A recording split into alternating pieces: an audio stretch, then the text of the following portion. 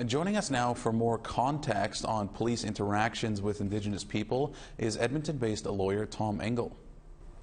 Tom, thank you for joining us here on APTN National News. 69 people are said to have died in Canada during 2022 during police use of force interactions, the highest amount in the past 2 decades. Why does there seem to be an increase of police use of force incidents in the country?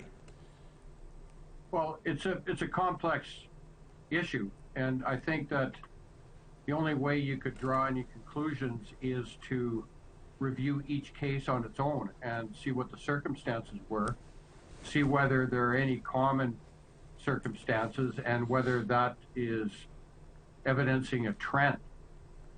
So I don't think you can actually draw any conclusions just by the sheer number.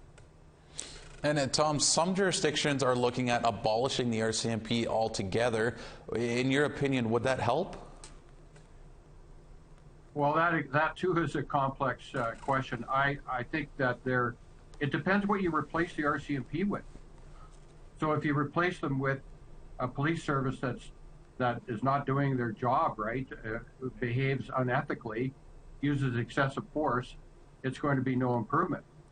There are a lot of problems with the RCMP, especially in relation to how they're staffed. I think they're understaffed in a lot of detachments, and there are a lot of problems in terms of their accountability for misconduct. When misconduct occurs, it's a very bad system that the federal government needs to fix, and they haven't done it for years and years. And last one for you here, Tom. What's the recourse for people who are injured during interactions where force is involved? Well, if the issue, okay, so you're talking about excessive force, where the person believes it's excessive force. You make a criminal complaint about the force used by the police officer. You make a police act complaint, or make a complaint under whatever legislation is in the province or territory that it happened in, or you make a complaint under the RCMP Act. And you can also sue.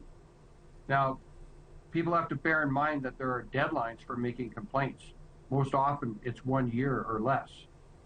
And you have 2 years to sue. You can ask for, if it's a fatality, you can ask, if the family wants something done about it, then you can ask the government to conduct a fatality inquiry so that there's some transparency. Those are the things that can be done. Okay, Tom, we'll have to leave it there, but we certainly appreciate you coming on our show and providing us with a little bit of insight into some of this. So thank you so much. You're welcome.